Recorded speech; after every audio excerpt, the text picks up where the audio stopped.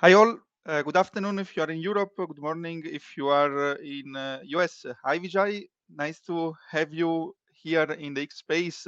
We are honored to have you as a second interviewer, a person interviewed. Thank you, Alessandro. It's good to meet you. Good to talk to you. Same. Hi Francesco. Hello everyone. Hello Vijay. Nice to be here with you. Hi, Francesco. Really. I'm really looking forward to this conversation. In general, I appreciate a lot your work. When I see also your article that probably Corey Clipton said is the most famous article, not non-technical article written read in the Bitcoin space, and also seeing that it was in 2018 when most of the people, including me, were thinking that Bitcoin was a bubble. I was thinking still it was a bubble. So great respect to have understood Bitcoin so early. Thank you. We discussed with Francesco. We would like to structure the space in three parts. The first one will be the part store of value versus medium of exchange. You wrote also this extensively in your article. The second is about the scoop you said during the interview with Stefan Livera 1 week ago. I also encourage any here listener to listen to that interview. It was one of the best episodes in a podcast I've ever heard. It's about Bitcoin is for everyone, but Bitcoin is not for everyone, but Bitcoin is for everyone. It includes also how you foresee a potential Bitcoin standard. And third, last but not least, the number one topic that drive adoption. So the price and the bull market 2024. I think many Bitcoiners are interested also on that. What do you think about this? That sounds great. Happy to talk about all of those things. Great. Let's start with the first. 1 week ago, I wrote a post on X because it comes often, the topic that store of value versus medium of exchange. And there are a lot of discussion, people saying, oh, you should not only hold Bitcoin, but you should also spend Bitcoin and using it as a medium of exchange. And I wrote that for me, also considering also your article and other quotes, medium of exchange, store of value precedes during the monetarization of an asset. Medium of exchange is only after store of value in terms of global adoption. There could be a small adoption of medium of exchange from people from innovators or early adopters, but the global evolution of medium of exchange can happen only after Bitcoin, an asset, it became a global store of value. I quoted your article, then Lynn Alden article, A Look at the Lightning Network, Robert Breedlove as well. He also quote James, the economist James Levon, I think. Plus, I quoted also Corey Clipton as well. He wrote a post about this. Giacomo Zucco also was referring to this. And also, last but not least, Michael Saylor in an article said also, he was interviewed. He said the medium of exchange value is $1 trillion. Store of value, medium of exchange 1 trillion. Sorry, store of value is 100 trillion. So the important now is store of value. Can you elaborate on what you wrote on this and your perspective?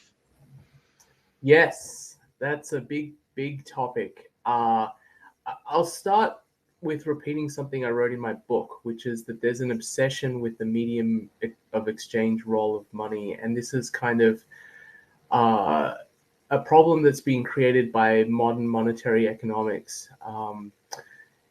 I think the issue here is that the state has taken over the role of money.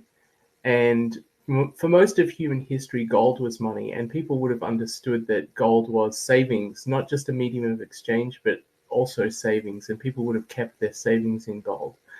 When the state monopolized money, it changed people's perception of what money is, and that it's primarily a medium of exchange. And the reason this came up for me was that there was a big debate in the early days of Bitcoin about what Bitcoin should be. And there was a camp of people in the Bitcoin community who really argued that Bitcoin should primarily be a medium of exchange. And because of that belief, they thought, we need to get merchant adoption immediately. We need to go and speak to a bunch of merchants and convince them to accept Bitcoin. Because without that, Bitcoin would not be a medium of exchange. And if it's not a medium of exchange, it's not money. And the problem here is that modern economists have defined money as being a medium of exchange. But the medium of exchange function of money is just one of the functions of money. It's not the only function of money. The other important functions of money are store of value and unit of account. The store of value function of money is a function of wanting to be able to keep your savings through time, keep the value that you've accrued through your hard work through time. And the unit of account function of money is when money becomes widely used and is used as a medium of exchange, then things begin to be priced in terms of money. So, when you go to the grocery store, you see things, the bread and milk are priced in terms of dollars. So it's a unit of account, at least in the United States. The thing that I think I wanted to explain, and this is something I understood pretty early on, I think I had these ideas as early as 2013 and 14, was that money goes through an evolution. Money does not begin as a medium of exchange. And you can understand this historically, right? The first human who picked up gold from the ground did not go to a coffee shop and use it as a medium of exchange. Gold went through an evolution to become a medium of exchange in the 19th century and eventually the global unit of account. And that took a long, long period of time, thousands of years, from gold being picked up by the first humans and valued really as just a collectible, something that was attractive and shiny and may have had some religious significance, but it didn't have any utility at all. Gold is essentially useless. And this is actually a mistake that a lot of gold bugs make, is that they think gold has this huge market capitalization, $15 trillion, because it's useful. Gold has no use. I mean, people say you can use it for fillings in your teeth, or maybe you can use it for circuitry in electronic goods. But that's a very tiny fraction of the demand for gold. Gold has use because it's good as money. And this, what happened was there was an evolution over time where gold was first demanded as a collectible, something interesting and shiny and some religious significance. And then over time, as more and more people recognized that it was valued as a collectible, it slowly transitioned to becoming a store of value. That is, people recognized that because other people demanded it and wanted to hold gold, they could keep savings in gold and it would hold value over time. Eventually, when enough people see that this is valued by other people and they want to hold it, it becomes a well-established store of value. Everyone recognizes it's valued. And that's when it really becomes suitable as a medium of exchange. Because in that process of becoming a store of value, the purchasing power of this good has to go up, right?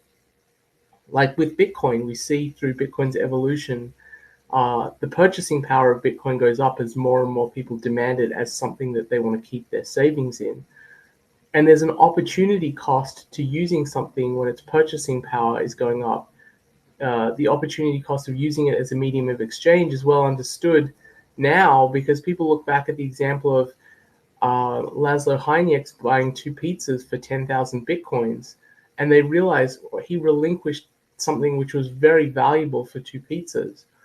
And instead, it would have been better if he had held those Bitcoins, which are now worth, I don't know, how much is that, like almost $700 million. He relinquished. So we understand now that there's an opportunity cost for using Bitcoin as a medium of exchange. Eventually, though, when enough people hold this good as a store of value, its purchasing power will plateau, meaning it won't continue to go up as quickly as it is, because the purchasing power of Bitcoin is really just a function of its adoption. And once everyone has adopted Bitcoin, there isn't any more people to come in and increase that adoption at the same rate at which it's increasing right now. And then when its purchasing power has plateaued, it does become suitable as a medium of exchange because everyone has savings. Everyone will have savings in Bitcoin. And then there's a natural incentive for merchants to want to accept Bitcoin in payment. Right now, there's no incentive. And this was one of my arguments with the Bitcoiners back in 2014, 15, 16, who were all about merchant adoption. I said there's just no motivation. There's no incentive for them to figure out Bitcoin, to create the payment rails for accepting Bitcoin, to figure out wallets, to figure out private keys, all of this stuff that a merchant would have to figure out. Why? If you're a baker and only 0.1% of your customers come in who have Bitcoin, why would you bother? But in the future, when everyone has savings in Bitcoin, there'll be a huge incentive. Every merchant will want to accept Bitcoin because that's where people's savings are. So what really matters, and this was emphasized by what you said, the Michael Saylor quote about the size of the store of value market, what really matters is where people's savings are. And eventually, I think Bitcoin is going to go through this evolution and become the global unit of account. And so that evolution, just to repeat, is it'll start out as a collectible, which it did when it was first created, and the only people who cared about Bitcoin were the cypherpunks who understood it. Then eventually it'll transition to being a nascent store of value, then a deeply established store of value. Everyone will have savings in Bitcoin. Then it will start being used as a medium of exchange, and eventually I believe it will become the global unit of account. Thanks to explaining so well. Yes, similar to also what you wrote in your article. So it explains also for me, for merchant, is not only how they can get paid in Bitcoin, but also the volatility of Bitcoin itself. If someone is saying, I don't want to invest in Bitcoin because it's too volatile, I can discuss 2 hours saying, explaining why it's a misconception, 4-year cycle, holding, looking at the chart, not the daily price, but the average daily price of the last 4 years, and seeing that it's a great store of value. But also the volatility that we have now for a merchant who is maybe the father of a family, has to provide food. It will be a big problem if Bitcoin is 70K, then it goes down to 16K, and then it goes up again to 60K. So we can say here that the medium of exchange so far, it's normal that it will be a niche product, mostly for merchants who are interested in Bitcoin, Bitcoiners who are interested in medium of exchange, but not the overall adoption. And as you said, they will be a topic maybe for the next decade. Francesco, which are your thoughts on this? Yeah, I wanted to shed some light. I made to break it down a bit also the store of value phase, because in my opinion, to define a store of value as a proper store of value, you should be able to dispose of it, to have full control on it, meaning you need to have your own keys. If we can define a store of value as something which you need to have full control, then we could figure it out a bit deeper way how this could happen with Bitcoin, because we are talking about an asset which has some features that gold doesn't have, like transportability, for instance, and that can make the difference in the near future. Let me give you an example. The process could look like, for instance, the price goes up, and this will incentivize some people to look into Bitcoin, into it, to study, and eventually learning about self-custody. Because we have to link self-custody to the store of value. Because if you don't have the value because you lost it, somebody took it away from you, you don't have any value, right? So, and they could learn, these people, about self-custody. And although not all of them, for sure, a growing percentage will do that. Talking about gold, if we think that aside of the gold held by central banks, a considerable portion of its overall supply is held in self-custody. Right now, we might see it being moved to self-custody sooner or later. Also, in a percentage, resulting it to be more than gold, maybe, because it's easier to move and more secure. In a nutshell, the behavior of self-custody in gold is something which is already here, and it's not insignificant. And if we translate it into Bitcoin, the magnitude of this move can be accelerated because of its superior features like transferability and safety. But of course, the main driver has still to be the increased willingness to study it as a result of the price rise. I would like to learn more from you about what do you define as a store of value, and if what I infer does it make sense to you. Thank you. A store of value to me is something that people have an expectation will hold its value through time, or it will increase in value through time. I don't particularly tie that to, the means at which people custody that. That's an interesting point that you make, Francesco. But for instance, in the 19th century, most people didn't actually own physical gold.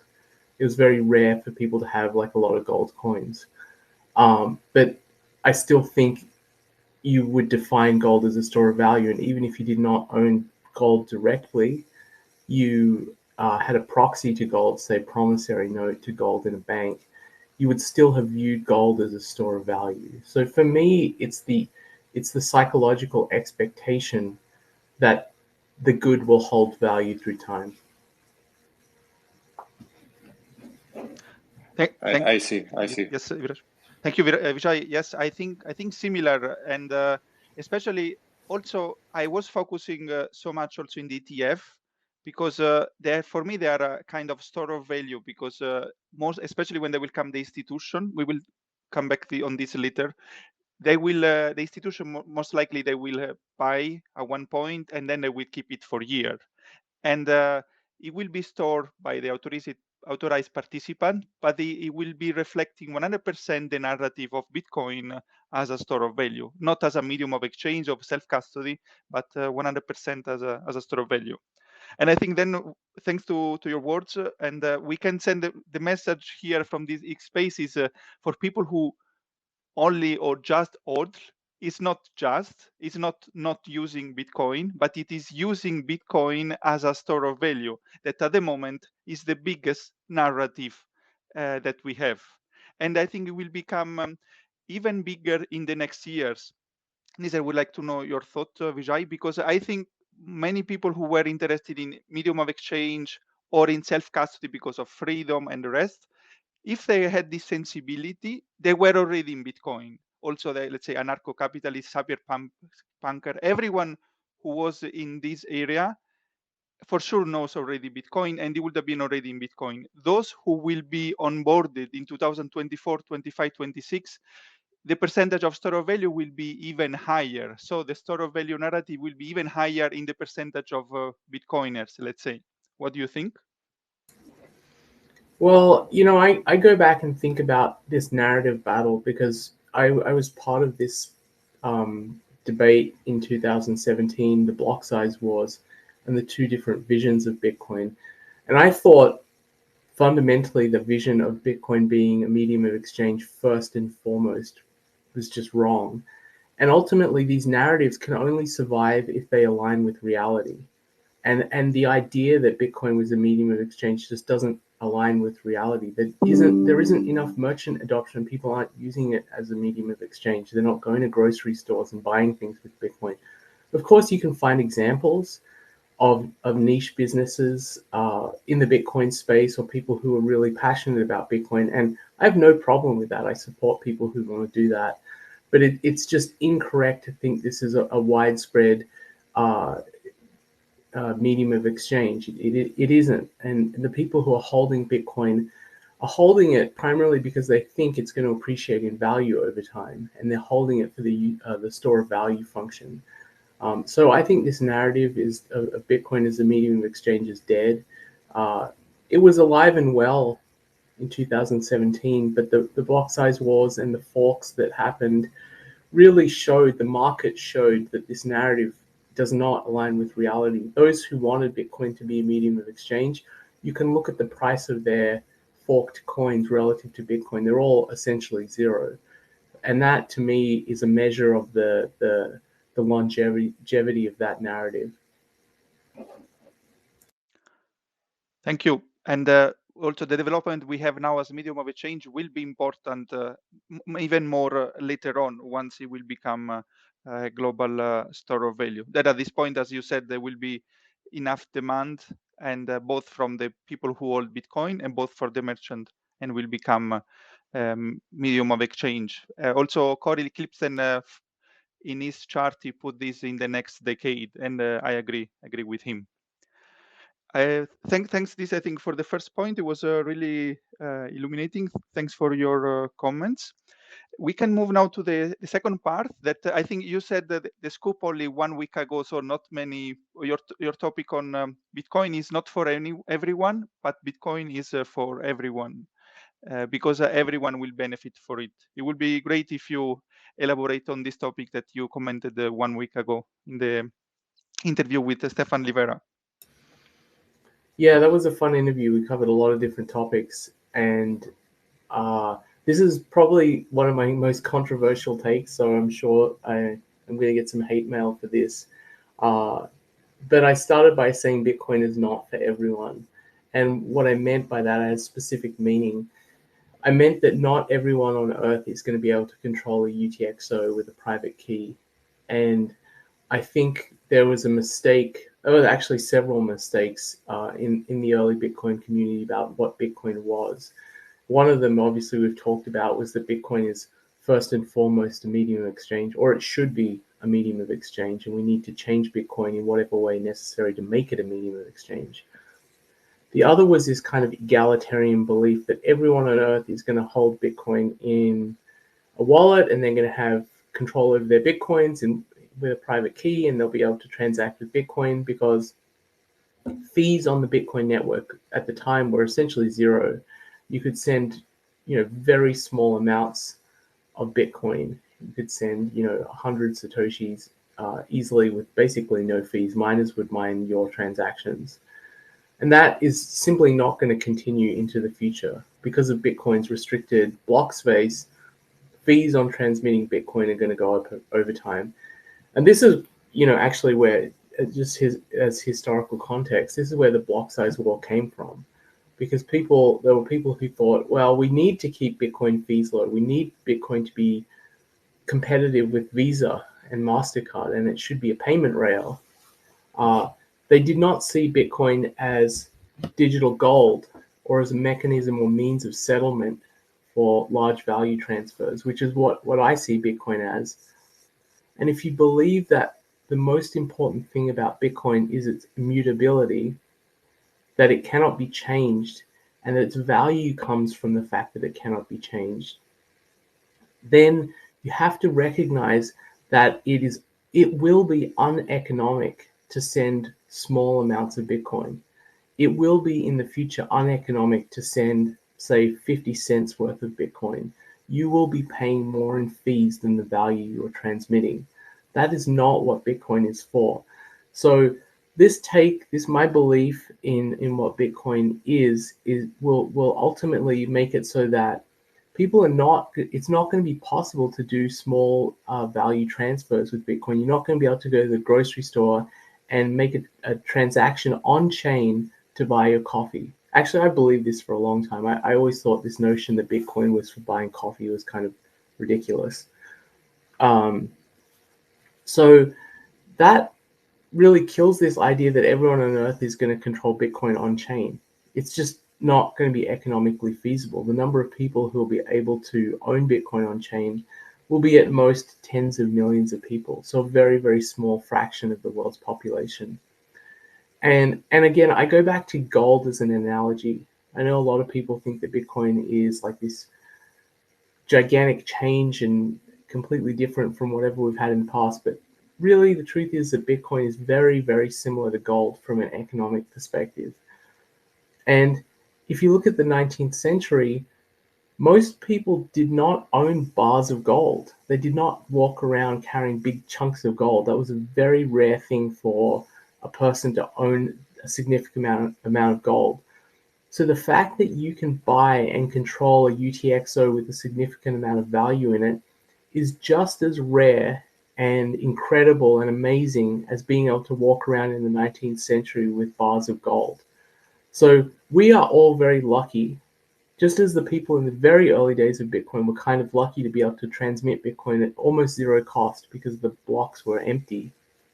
We're really lucky to be able to control a UTXO. We will be the last generation to do that.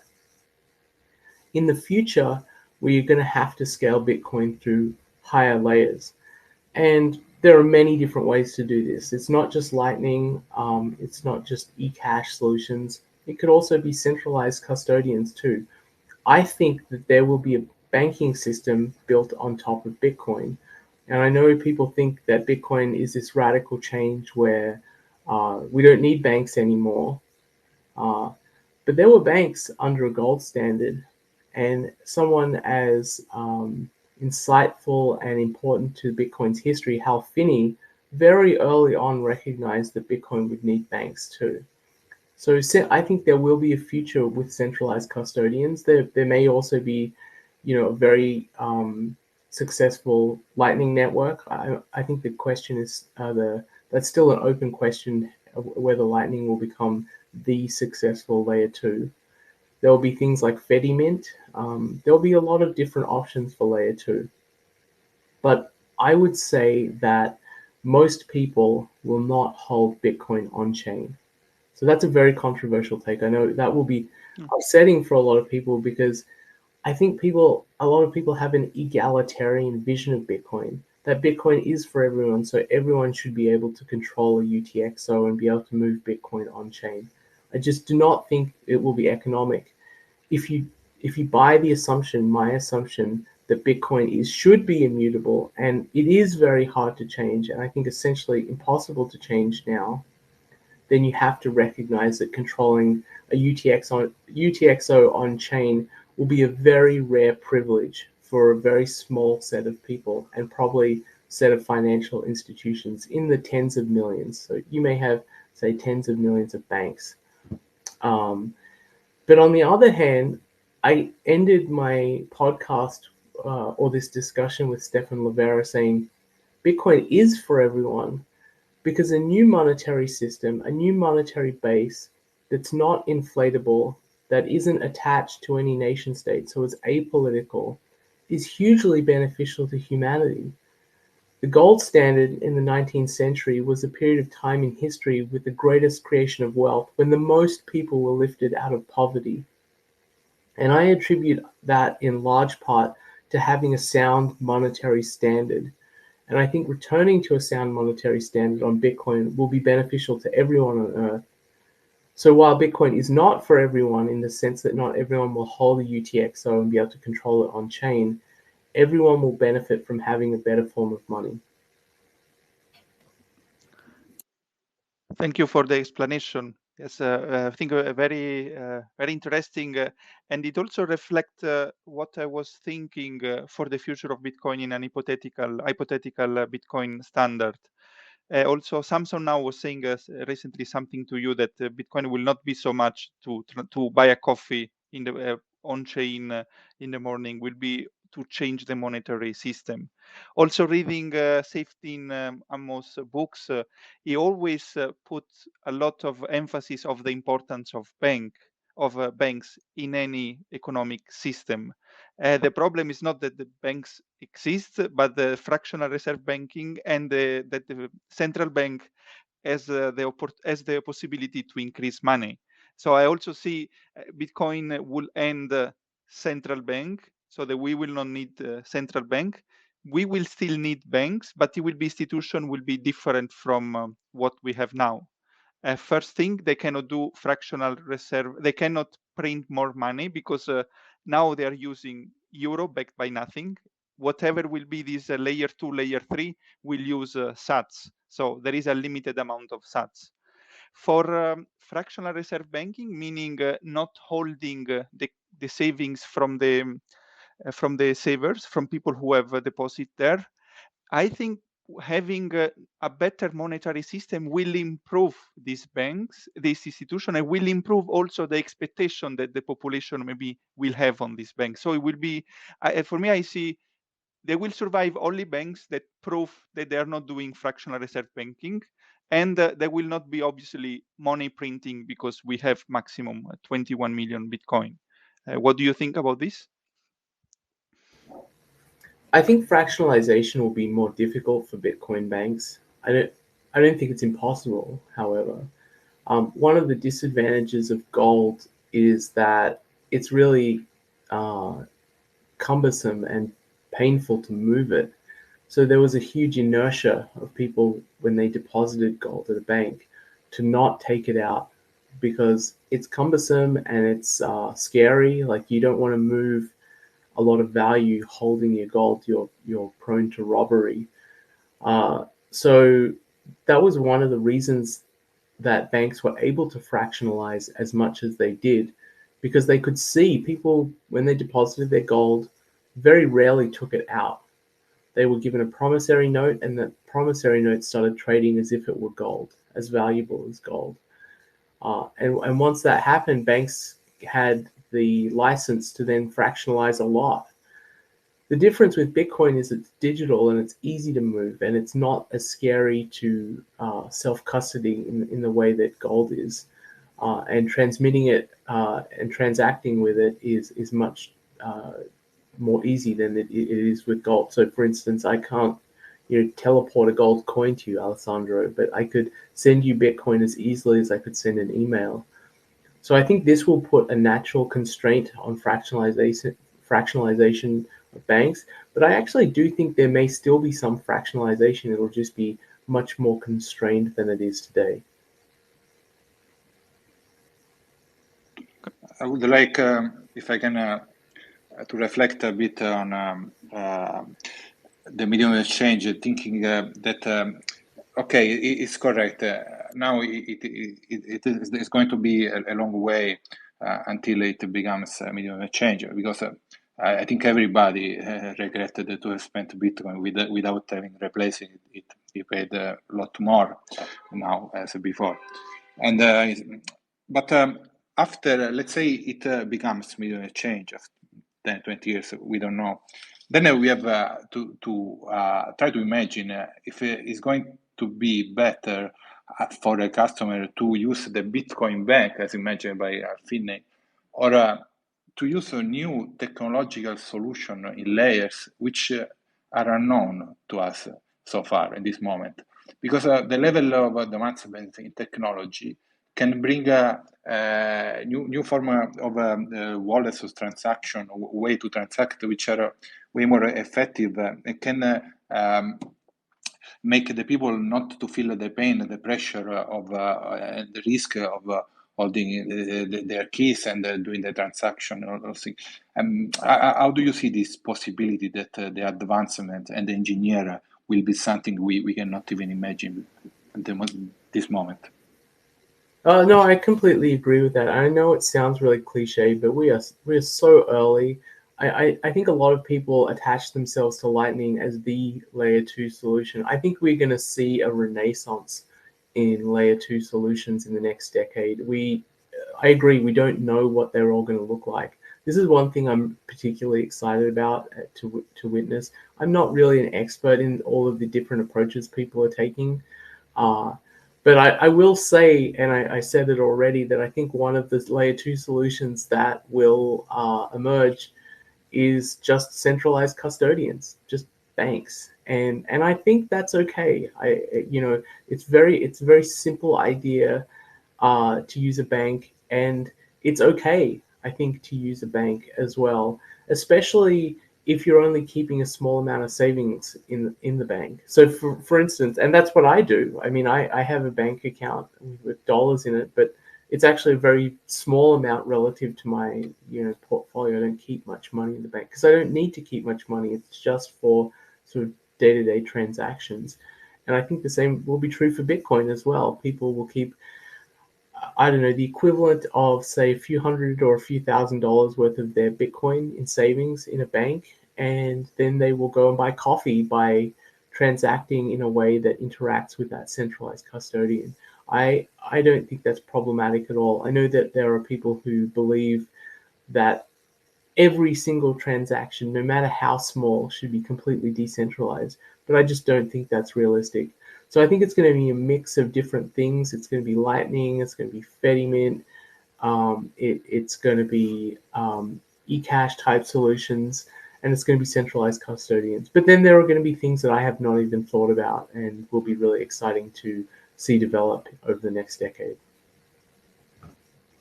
Making a parallel, we can say that we are like the internet at the beginning of the 90s, where to send an email was taking a lot of time, to create an internet site as well, to download a video. And people who also were thinking it would have been mainstream, but not really how.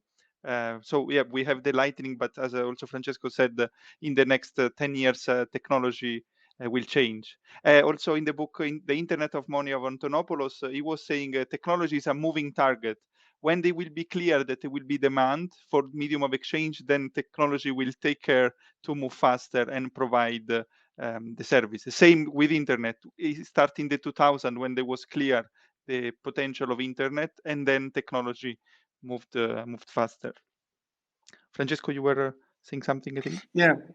Yes, let's talk about the current state of the medium of exchange, because some countries, they use it. Also, where I live in Lugano, it's possible to buy everything with Bitcoin.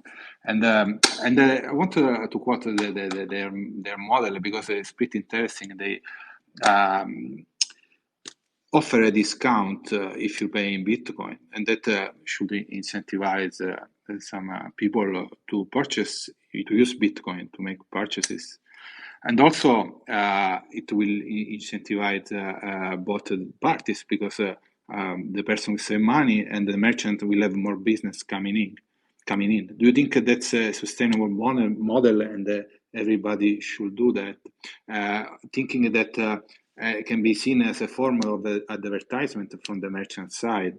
But on the other hand, there's also, they shouldn't have a fear of the stigma.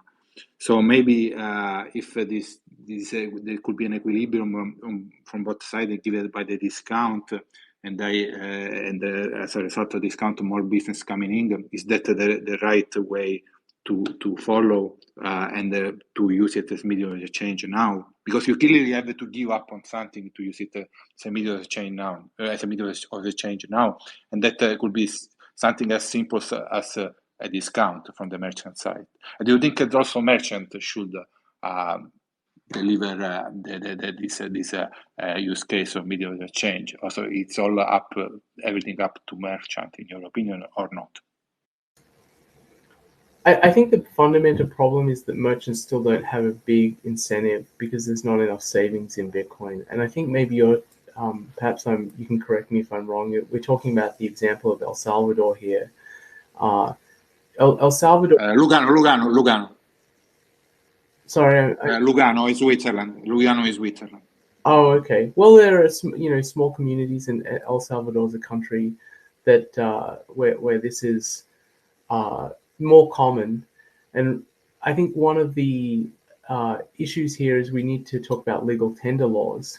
And in the United States, Bitcoin is not legal tender. So there's actually a legislative disincentive to use Bitcoin as a medium of exchange, not just the opportunity cost of using it as a medium of exchange. Because if you spend your Bitcoin, you have to file taxes on the capital gains. And that's actually a really big disincentive. It's especially a big disincentive for small purchases, because you have like the cost of capital gains, but the headache of having to file taxes.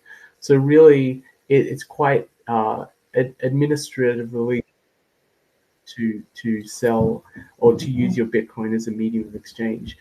I will say, in these places where they have made Bitcoin legal tender, I'm still skeptical that it's being used as a medium of exchange. I think that it's important to make a distinction between Bitcoin being used as a medium of exchange and Bitcoin being used as a payment rail. They're slightly different concepts. When it's used as a medium of exchange, the person who is exchanging it is relinquishing it as they would dollars when you go to the grocery store. This idea that it's used as a medium of exchange in places, I think, is misleading, because a lot of these merchants are not accepting the Bitcoin. What they're doing is they're just instantly transferring that Bitcoin to their local currency. And that's an example, I think, of Bitcoin being used as a payment rail as opposed to being used as a medium of exchange. If some merchant says, hey, you can pay me in Bitcoin and I don't care to convert it to my local currency, I don't care about the fluctuation, I would say that that is a legitimate medium of exchange use of Bitcoin, but I think that's exceedingly rare right now. Thank you for the explanation. Never thought about this difference, medium of exchange versus payment rail. I will have one last question on this topic, then we could move forward. Or Francesco, you have other question for Vijay?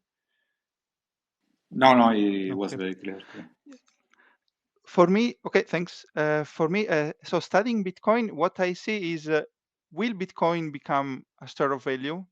I will say yes. Maybe not 100%, but 99.99999%, because we don't have anything compared to Bitcoin as a store of value. And as we know, the actual currency is a currency, but it's not a good store of value.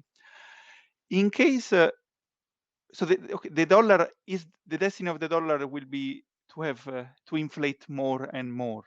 We see from the actual macro situation, we are spending more. We have a debt of US has a debt of $34 trillion. But in case somehow the dollars is not inflating, could be a possibility that Bitcoin, for at least for long, not just for 5 or 7 years, but for more, will become store of value for sure, but will remain a store of value because anyhow the currency that we have now, it's good, is good enough. Bitcoin is better, but Visa and MasterCard are doing a good job, at least for people who are buying. There is this 3% or 2% taxes, but it's not the delta between the actual what we have now as an asset versus Bitcoin as a store of value is much higher versus what we have now as a medium of exchange versus what Bitcoin can be as a medium of exchange.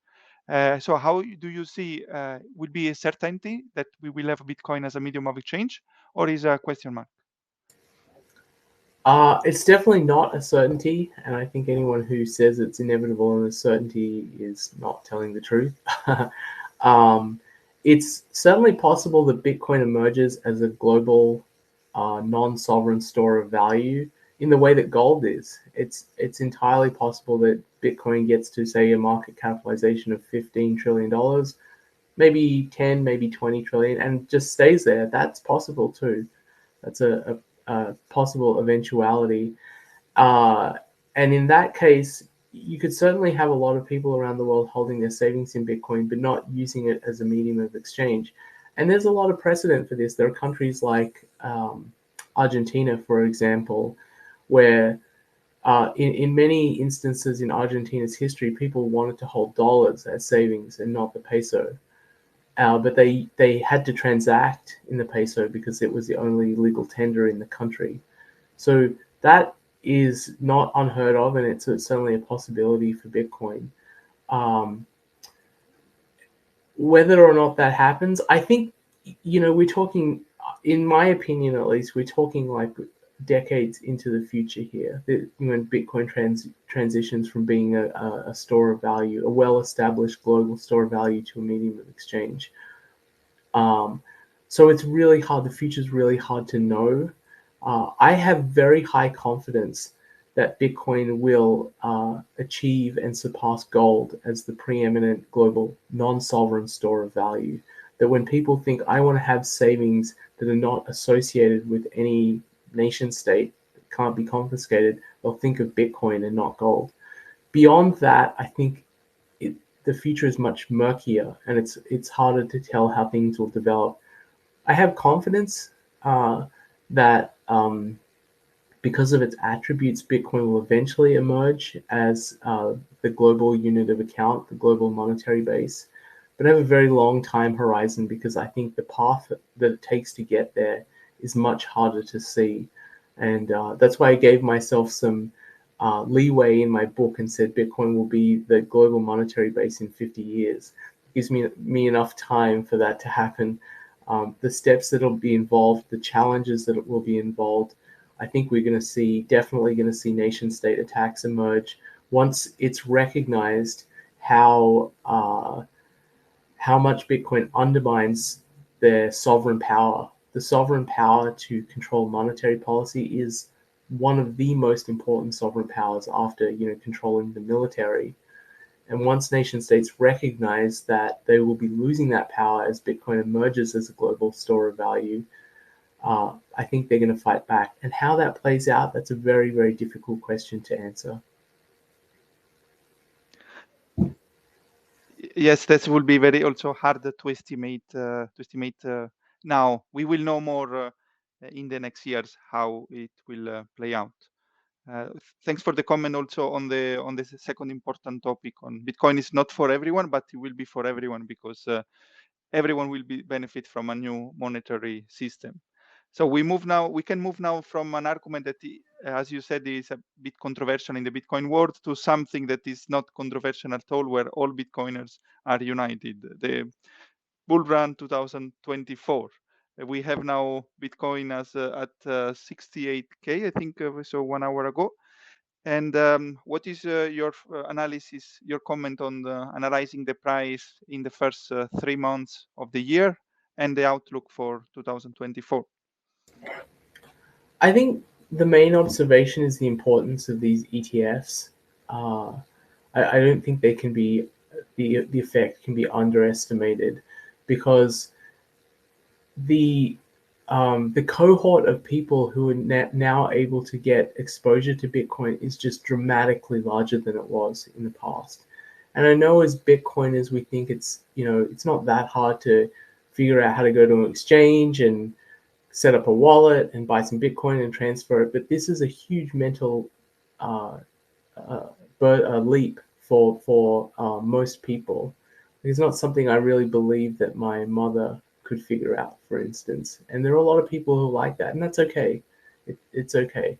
But now with the ETFs, people can go to their brokerage account and they can get exposure to Bitcoin as easily as they could buy a stock like Apple or Microsoft.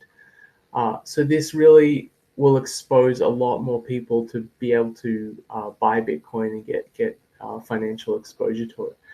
It's perhaps not the ideal way of owning Bitcoin. It's better to have direct control, and then you get self-sovereignty by doing that. But I think this really is the biggest and most stable liquidity channel to Bitcoin that's ever existed. And one of the observations I've made in the past is Bitcoin's price level is strongly related to the liquidity channels from the fiat world to Bitcoin. So in the early days, the liquidity channels to Bitcoin were very small, kind of like a trickle of water. And then we had Mt. Gox, which was the first major centralized exchange, which provided a liquidity rail to Bitcoin, but it was very unreliable, very poorly run.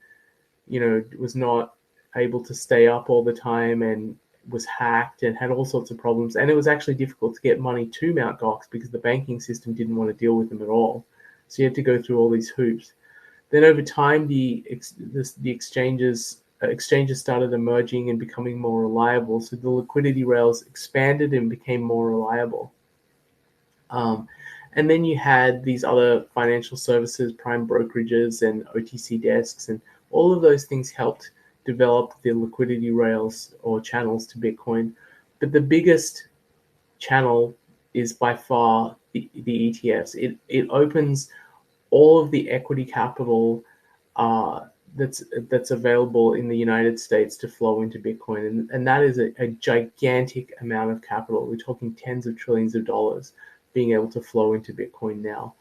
Not saying all of it will, but it means that liquidity is available to Bitcoin. So I think that's going to have a profound effect on this bull market. And if you look historically at what the ETFs did for Bitcoin's venerable cousin gold. When the ETF was launched in 2004, it sparked a bull run in gold that lasted 8 years. Gold basically went up, not in a perfect straight line, but close to a perfect straight line for 8 years. I think something like that could be true for Bitcoin, because what you're going to get now from these ETFs is you're going to get price insensitive buying. And what does that mean?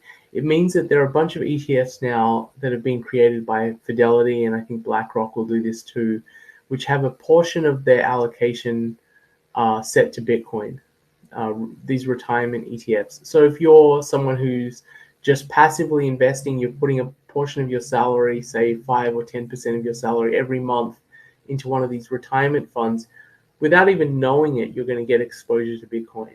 And you're going to be buying Bitcoin regardless of what the price is. So you're going to have price insensitive purchasing of Bitcoin. And this right now, this demand, this price insensitive purchasing of Bitcoin, I think is going to be quite significantly more than the flow of Bitcoin that comes from mining. And so when you have this imbalance of demand over supply, it's just going to have to push the price up. And how far the price has to go to get back into equilibrium, that's unclear, but I think it's substantially higher than it is now. Thanks. So when there will be then a new demand, as you said, there will be a big channel. We just have to hope that the Bitcoin CEO will not decide to print more Bitcoin. Just kidding on this, like they're printing with the currency. Right. Yeah. Apart on top of the vehicle, I think is also a big legitimation, at least on the eyes of Wall Street and on the eyes of the people who are not focused on Bitcoin. For Bitcoiners, we don't need Wall Street as a legitimation. We know the value of Bitcoin. But for the boomers, institutional investors, I think the words of Larry Fink, they have much more weight than the words that we have in the Bitcoin community. And especially last week, he went on Fox and said that IBIT was the fastest growing ETF in the history of all ETFs. And there's been more than 3,000 ETF. So there are big words that likely will move boomers and institutions leaning toward Bitcoin. Another point is the inflow we have seen so far. The experts are saying, also Matt Hogan, Eric Balkunas, they are saying what we have seen so far is mostly retailers or independent financial advisor, or some institutional investor that have maybe an account with BlackRock, Fidelity, and the other ETF. But the real capital from the institution is not there yet. They barely started. I'm talking about retirement plan, 401k, insurance funds, mutual funds. Most of them, they are still doing the due diligence. And likely we will see, in my opinion, we will see the big flow coming in the second half of 2024. Do you see the same, or you think that we already started with big institution, or that maybe they will come not this year, but in the future years? Yeah, I agree with that. From what I understand, I'm not an expert in this. From what I understand, there's a 90-day window in which a lot of these funds are sort of restricted from selling Bitcoin or the new ETFs as a product. So, and amazingly enough, it seems like it's been a long time. These ETFs have not even been around 90 days. So I do expect that once that window has opened, that we will have a lot more capital. And I think it's just going to be something that slowly ramps up over time. Like the flows from the ETF to gold in 2004 didn't all happen at once. It sort of was, it slowly increased over time. And I expect the same thing is going to be true of Bitcoin. I also think the moves in Bitcoin are going to be amplified by the ETFs. So it's going to be like a feedback loop where the ETF flows increase the price, but that then increase the flows to the ETFs, because people are just going to FOMO. And I think it's going to be just like any other bull market. The thing is now, FOMOing is going to be easier than it's ever been before, because you just go to a brokerage account. Anyone will now be able to go to a brokerage account, and imagine what the peak of the bull market is going to look like when this is on, every news station and all over the newspapers and everything, and people are looking at it now. The ability to FOMO now is, it's so much greater. In the prior cycle, how do you FOMO? Oh, you don't have you don't have Bitcoin, you don't have a Bitcoin account. You want to FOMO, you're like, how do I get a Coinbase account? You go to Coinbase, you try and sign up, they KYC you, it takes days.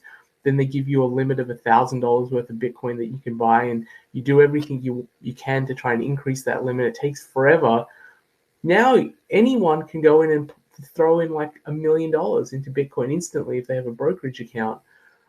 So the ability to FOMO is so much greater now, and it's going to be really fascinating to see what the blow off top of this bull market is because of that. Yes, and on top of now having more people, is also we have now also the people with more capital. In 2017, it was many retailers. If they FOMO, maybe they put some they decide $50 per week, some they put 1,000, 3,000 euro or dollars. Now we have really the boomers who have 70 or 80% of the capital in US. So in case they will FOMO, it will be much more intense. Francesco? Yeah, but you expect, like we have seen from a chart, Willie, who posted about a ratio like 10% of ETF buyings over 100%, so 90 is coming from retail, and that was confirmed by the asset managers. So therefore, we know that ETF buyer usually is a long-term buyer, like they buy stocks, they buy ETF bonds, and they want to hold. And but 90, just 10%, 90% is still retail. I believe the coupling is as a result of the ETF. The ETF drives the price, maybe, but the real inflate, the real movement of the price is made by retail. Therefore, volatility should remain. Do you also think that volatility is here to stay for many years to come? And if you agree with this price mechanism to remain the same, we are going to see the Gartner cycles over and over for the next 10 years or so. What's your take? I think it will dampen over time, but I think the Gartner cycle is here to stay. And if you look at one of the things I found most fascinating is something I comment on in my book, is if you look at the price of gold, it also has the classic shape of a Gartner hype cycle. I think monetary goods, which are in the process of becoming fully monetized, that is becoming the global unit of account, will continue to go through Gartner hype cycles. And I think it's just a part of human nature. You can't have something go up steadily over time, because if something's just steadily going up over time, more and more people recognize it, and they want to get in, and then you just get the madness of crowds phenomenon. I think it's just ingrained into us. So I think we will continue to see it. I think it will be less extreme though. We're not going to see something like we saw in 2013, say, or 2012 when, the Mt. Gox crash, when Bitcoin went up to like $30 and then it crashed 90 or 95% down to $2. I think those days are gone, but I think Gartner hype cycles are going to stay with us for sure. On the topic, how following gold, you said also for gold it take long, some years, but I think for Bitcoin it will take less, because gold was a very known asset since 5,000 years. And now the institutional, they are coming into Bitcoin. And as you said, if the price is going up, there will be more interest. And at the same time, for sure, we are having, as you said, actually the 90 days trading window expires on Wednesday, the 10th of April. And there are rumors that maybe Morgan Stanley will start to offer Bitcoin. For so far, these are rumors, but could be happening in this month or next month. But I think also the due diligence that the company will have to do to offer Bitcoin it should take maybe 2 or 3 months, not so much anymore, because there will be a history, and is recommended by BlackRock and Fidelity. And now we have the ETF that is a super regulated product. Like Saylor always saying, always said that it took him 6 months just to and he's the CEO. He's a visionary focused on Bitcoin, and it took him 6 months, but because it was about buying the asset, so you need accounting, legal, tax, all these department now you don't need to discuss because you buy the ETF. So it will be the due diligence on the only on the asset, only on the asset, not how to the product that you have to buy. For me, I think the second half of 2024 can really surprise us, even Bitcoiners. I always say we are bullish, but maybe we are not bullish enough. What do you think? Yeah, I wrote the same thing when I first wrote my article. I think very few people correctly anticipate how high the market goes. And I remember in 2017, I don't think there was anyone when Bitcoin was below 1,000. It's really hard to think about these things in hindsight as well, because you have, like, you know exactly how it ended. But very few people in early 2017, before Bitcoin got to 1,000, were predicting it was going to go to 20,000. We'd just gotten through a very, very painful bear market. So I think that's going to be true today. I don't think we just don't know. We don't know the full effect of these ETFs, and we can't predict it. I'm bullish, and I think they're going to have a big impact. But I try and stay away from making price predictions, because you almost always get it wrong.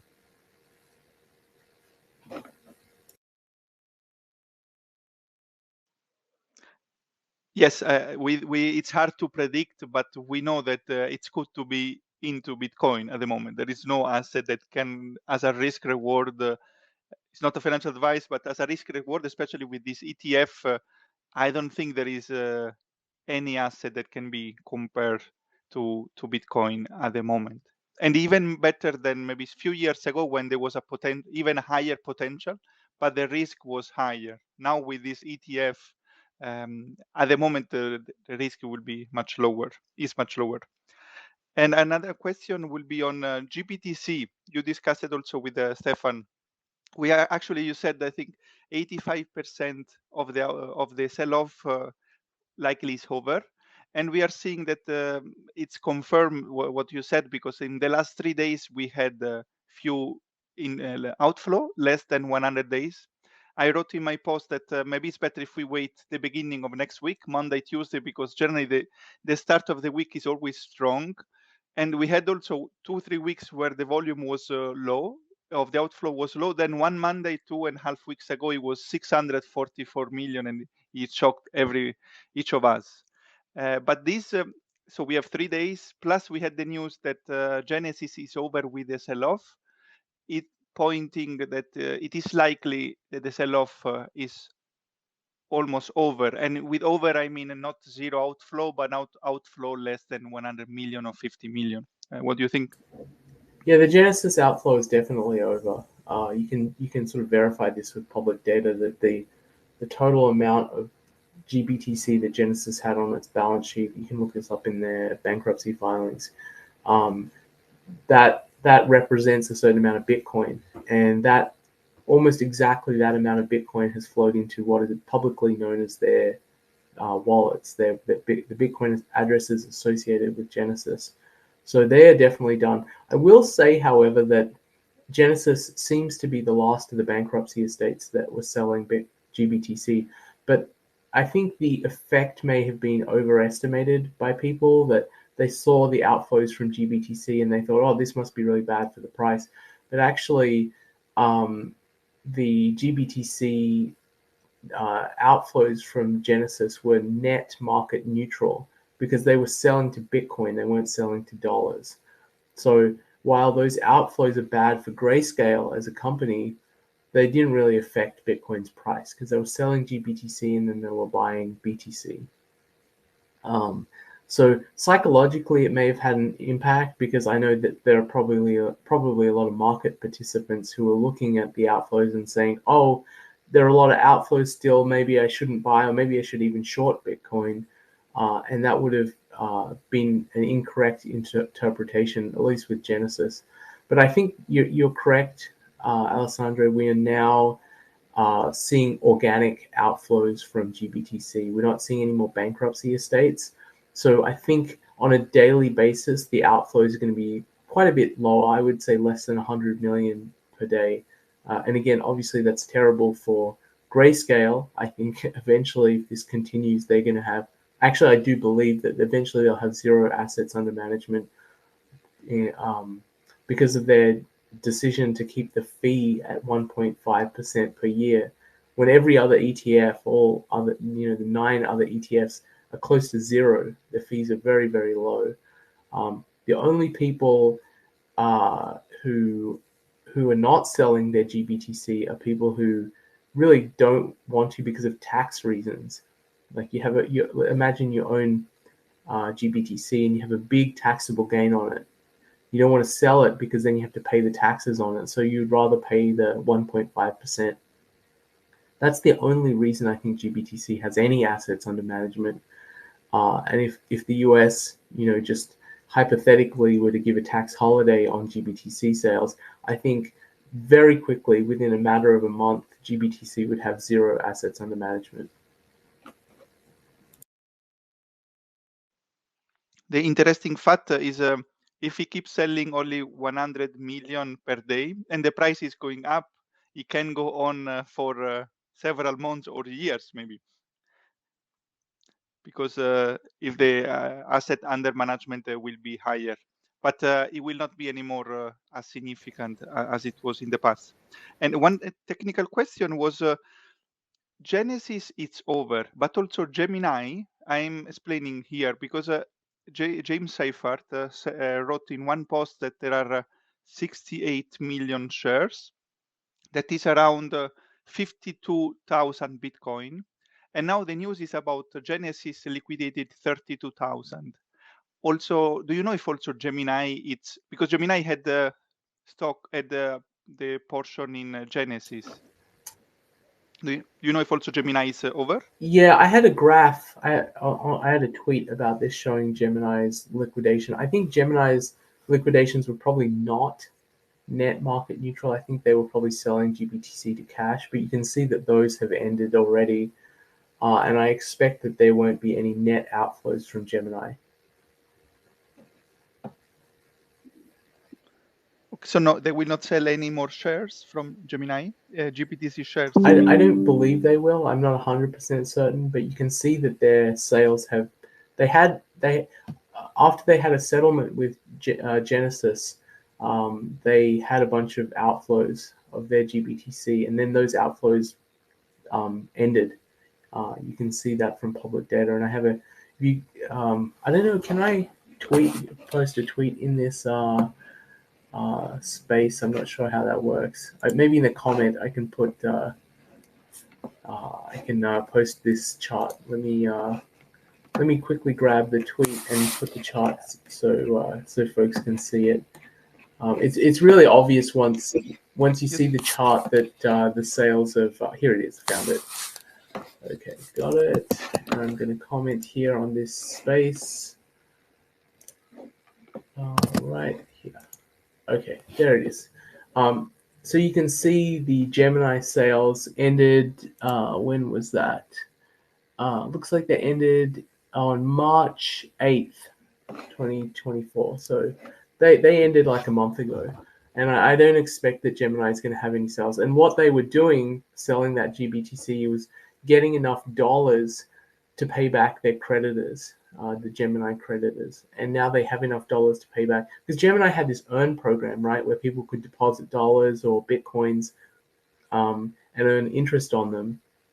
And they need to pay people back the currencies in which they deposited, whether it's Bitcoin or dollars. So they need to have enough dollars on hand to pay back their dollar creditors.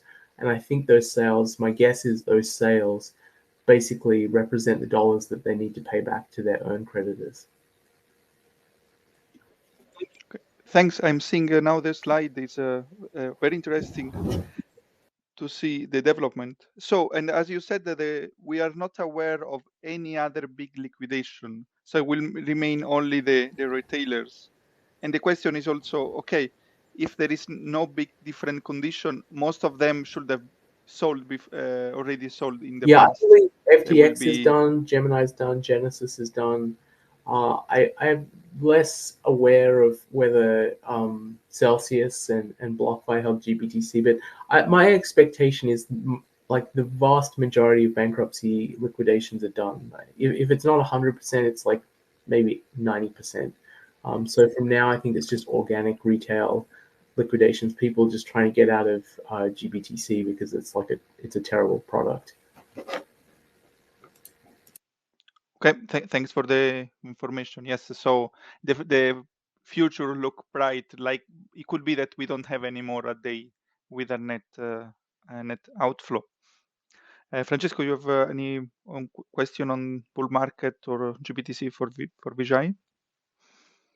No, I have some as a store of value, but maybe before closing remarks, maybe.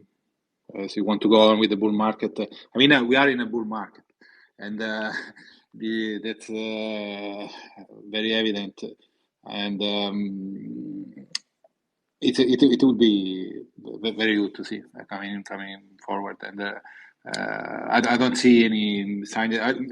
Talking about ETF, do you see also the ETFs as a component of the story of value narrative, and it is something that we should refer to people like we should advise people. I mean, if they ask to purchase an ETF or to just study it as a store of value, and if you think that the store of value is the best way to introduce somebody into Bitcoin.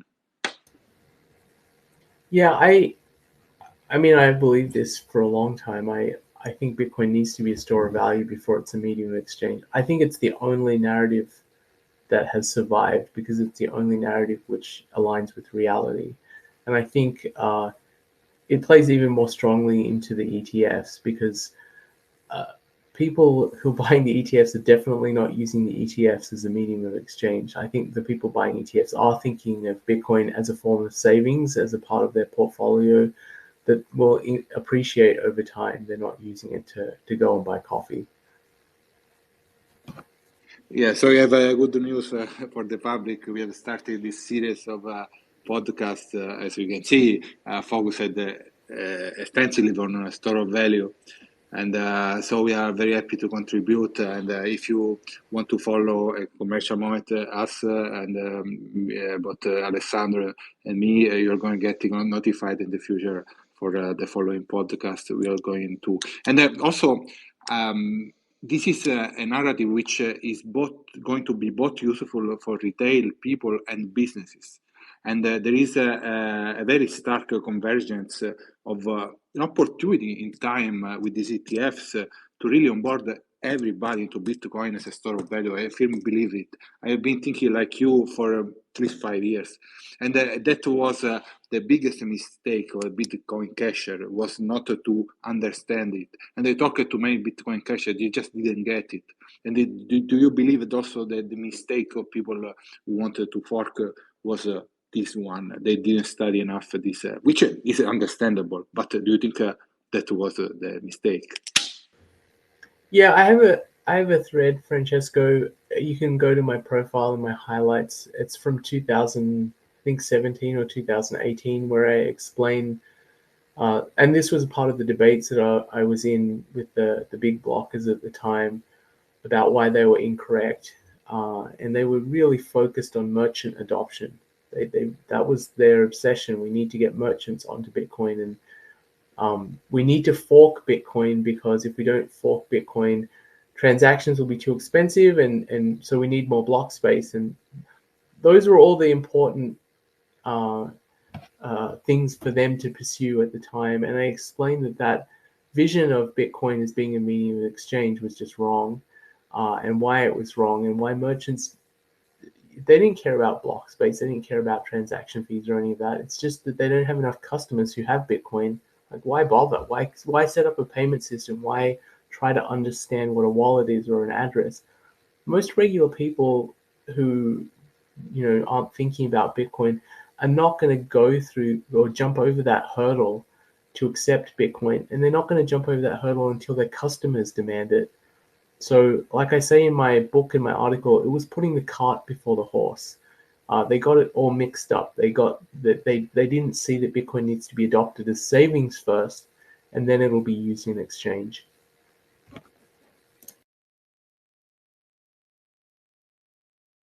Yeah, fully agree. Alessandro, do you have any comment on this, or maybe we should choose another topic as well? I think no other comment on this. It's quite clear. Vijay said now more times, and it's very clear. I think interesting fact. I think Vijay, you are the interview with where the highest percentage when someone is making you a question, you have already a thread in the past. I don't know how to explain. Like at least for 50% of the question we made, you have already an answer. It makes it already hard discussed to come up with new tweets. It's embarrassing. I sometimes just retweet myself from 2017 or 18. That's I gotta find some original material. Okay, but this is also a luxury problem. You mean that you were already very into Bitcoin when it was at 1,000 or 600? So many people would like to have your problem. I think last question on the bull market, similar to what Stefan asked you, how also because here there are many people interested in the future of bull market, some tips to help them navigate through the bull market. I think there was a very good question, one of the many good questions from Stefan. Sorry, Alessandro, I'm not sure I understood. What was the question? Sorry. One tips for people on how to navigate the upcoming bull market. Yes. I think we were talking about the traps that people get, the pitfalls that people fall into during a bull market, and I think they all basically boil down to this idea of wanting to catch up and feeling like you came late to the party, so you need to take more risk, and not doing the simplest thing and the easiest thing, which is to buy Bitcoin, put it in cold storage, and do nothing. That sounds very simple, but it's actually the hardest thing to do, because psychologically people think, there are all these people I know who told me about Bitcoin who bought it earlier, and they have all these like really great, they have this great performance, and they've outdone me by like 100 or 200% over the last couple of years. So what I'm going to do is I'm going to go buy Solana or some other junk, and or they'll do some risky strategy on Bitcoin, like they'll do a leveraged bet on Bitcoin. They'll buy calls instead of just buying spot Bitcoin. So I think my biggest advice is, if you want to get Bitcoin exposure, do the simplest and what seems like the most boring thing. That's the thing that's going to outperform over time, and it's going to really prevent you from getting your leg blown off in all of these other traps that people have fallen into. And if we've had any lesson from the last 2 years, is there are a lot of traps out there. So many people have, metaphorically had their leg blown off by keeping their Bitcoin in companies like FTX or Celsius. They were trying to do more than the simple strategy. They were trying to earn yield on their Bitcoin, or they were trying to do options trading on their Bitcoin. They were trying to do something more complex. So keep it simple, and if you have patience, you'll do better than almost everyone else. I want to, if I can, Alessandro, given that we just mentioned some funny coins, and that's something that has something to do with the store on value, and I explain you why.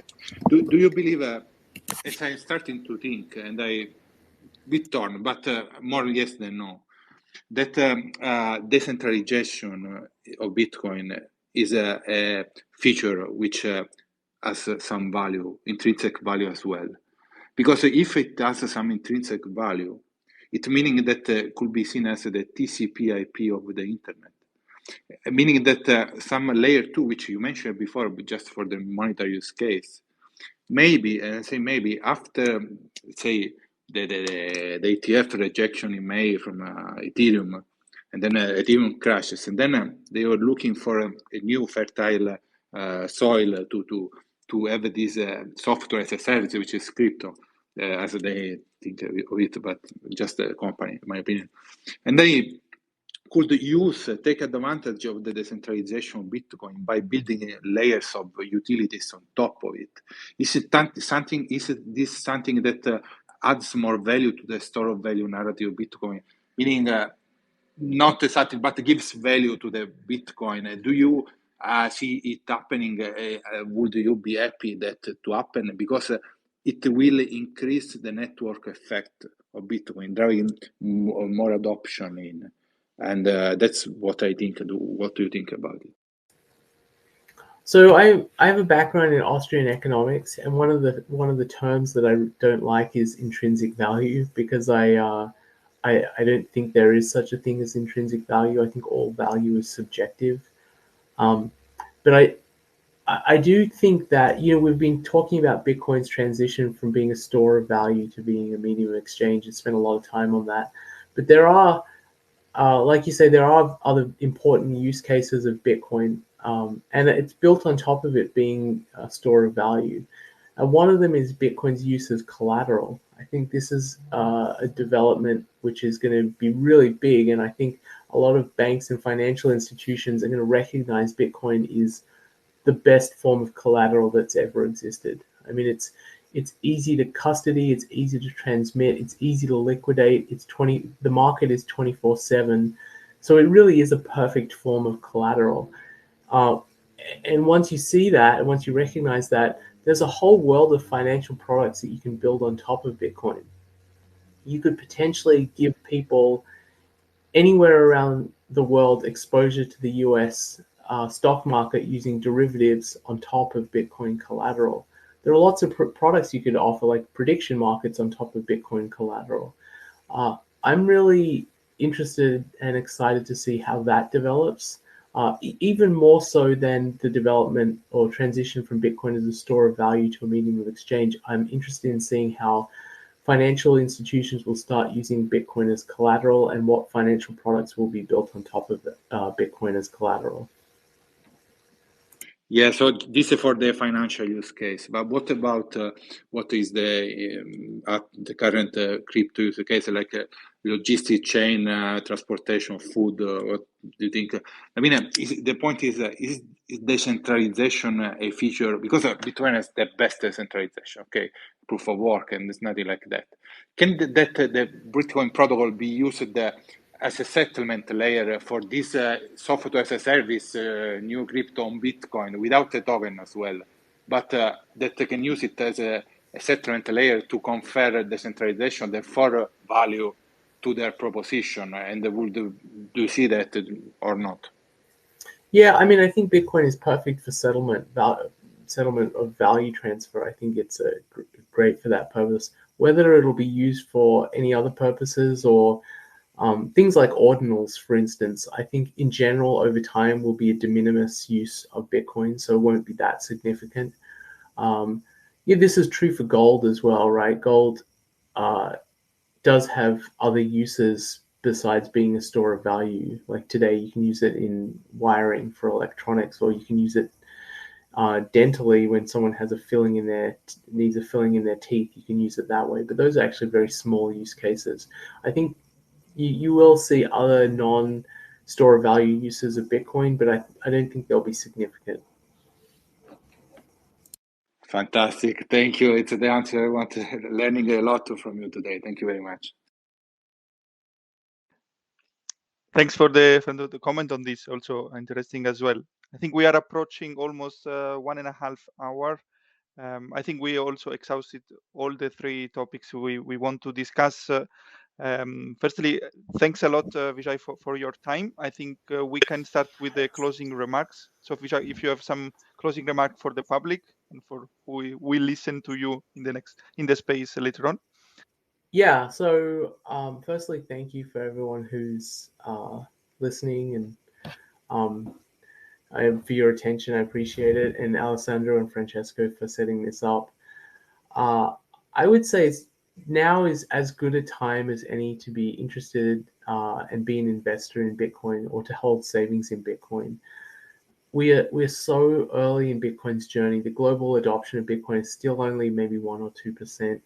And I think this is the most transformative technology that the world has seen, I don't know, in the last 100 years. It's incredibly important to be able to give people the ability to send value across the world without permission will transform the world. So I think now is a great time to study, to understand Bitcoin. It's not an obvious thing to understand, so it does take time before people fully wrap their head around it. But I think it's a great time to do that, just as it was a great time to understand why the internet was important in, say, 1993.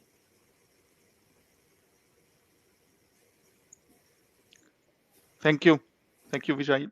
Francesco. Yeah, it was a great conversation. You said many things and shed light on a lot of use cases and features of Bitcoin and the path to Bitcoinization. And it's after today also it's even more clear to me that Bitcoin is digital gold. We have this mission with Alessandro to tell to the people to showcase the values, the feature of Bitcoin as a store of value to onboard the majority of people. There is a big convergence this moment happening now. We should take advantage of it, but it's also the wisest thing to do. The jewelry use case was a cherry on top for me. I never thought about that. I think also many people because it's the extent to what the Bitcoin is similar to digital gold is impressive, and it's of course thinking of what about gold is today. It's looking very good from that perspective. So if you follow me and Alessandro, we are gonna serve you with many more podcasts about store of value with a lot of knowledgeable guests. And it was really a pleasure to have you today. Thank you for listening to us, and all the best, and see you next time. Thanks, guys. Thanks, Francesco. Yeah, I double down of both what you said on Francesco. I really enjoyed the conversation, and we'll keep for sure following your interviews. So if you write further articles on different topics on Bitcoin, as Francesco said, we scheduled already have other podcasts so far. The 18th of April is with Jeff Booth, and the 23rd will be with Jesse Myers, Croesus. There are two very knowledgeable people in the Bitcoin world. We are looking forward to the discussion of Bitcoin as store of value. And I can double down on what Vijay said on studying Bitcoin is the best recommendation a person can do financially and also personally. You learn so many topics on economics, technology, energy usage, history, politics, and also financial recommendation. Study Bitcoin. I think studying the biggest, the most asymmetrical asset, as Lawrence Leopard called, in the history of his 40 years in Wall Street. So that will always remain the main recommendation. Thanks all, and see you in one of the next X spaces. Bye.